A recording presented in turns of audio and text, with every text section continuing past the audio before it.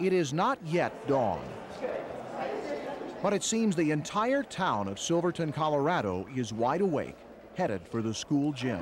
It's kind of like one great big family. We all gather here in Silverton. What brings them together may be a type of shared madness. It is crazy. It's very unique, even among, the uniqueness of ultra running. It's really special. The seconds tick away toward an ordeal known as the Hard Rock 100. This is my 5th attempt. I got 90 miles last year after having food poisoning the day before. Most people who don't live in the area get altitude problems. Last year I got diarrhea and I was vomiting as well. It's definitely in a class of its own. By sunrise, 120 people will start running. With luck, they will finish back in Silverton after crossing 100 miles of some of the most rugged mountain terrain in America. I'm ready to start. Good luck. Have a good one. 6, 5, 4.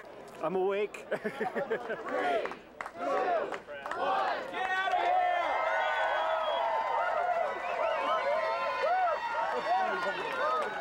The Hard Rock 100 is considered the ultimate challenge for the ultimate runner. They run over the top of 12,000 feet above sea level 7 times. They go over 13,000 feet 4 times. And the top of the course, if you want to call it the top of the course, is 14,000 feet above sea level. Yeah, okay, let's go. Harry, okay, looking good, baby, okay.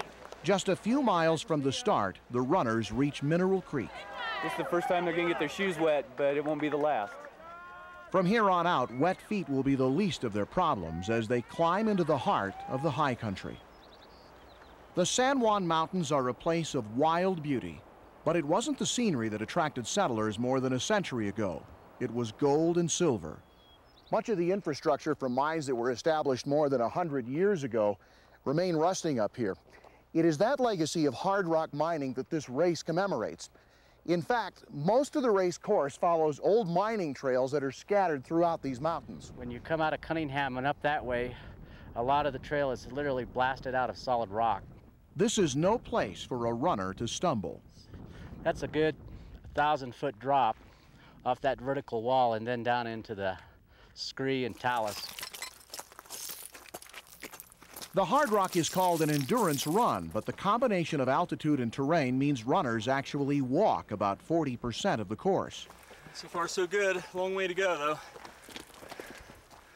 Trying to stay steady on these climbs. What we, in essence, want the people to do is run from sea level to the top of Mount Everest and back.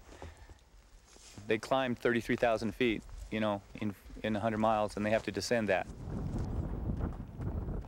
On the way down, the pace picks up, and there's no time to admire the view. See the snow, and then the orange to the right. It's sort of an orange. It looks like a slide. Yeah.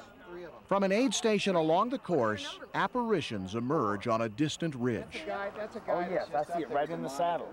After the first ascent to 13,000 feet, Carl Meltzer and Kurt Anderson accelerate downhill through the trees.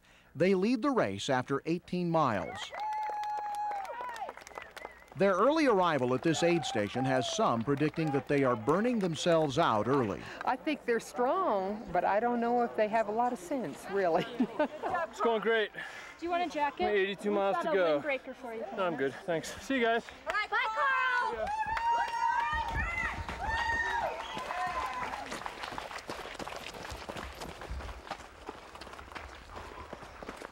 Go all the way to the end of this?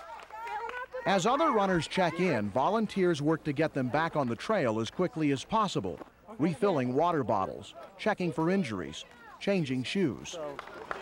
Pretty much changing the wheels on the formula car, A quick stop for refueling simply means another challenge waits up the trail, and the only way to face it is with a smile.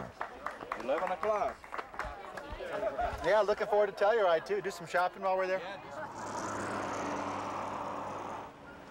Kurt Anderson and Carl Meltzer maintained their lead into Telluride just more than a quarter through the race. But defending champion Kirk Apt set a course record last year and believes he'll have energy to spare over the miles ahead. Yeah, perfect so far, right on pace. Going through a town presents its own unique challenges. In some ways, the streets of Telluride are more dangerous than any mountain trail.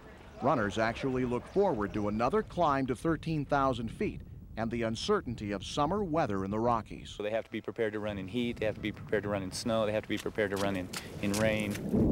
With storm clouds moving in, they will soon learn just how well prepared they are.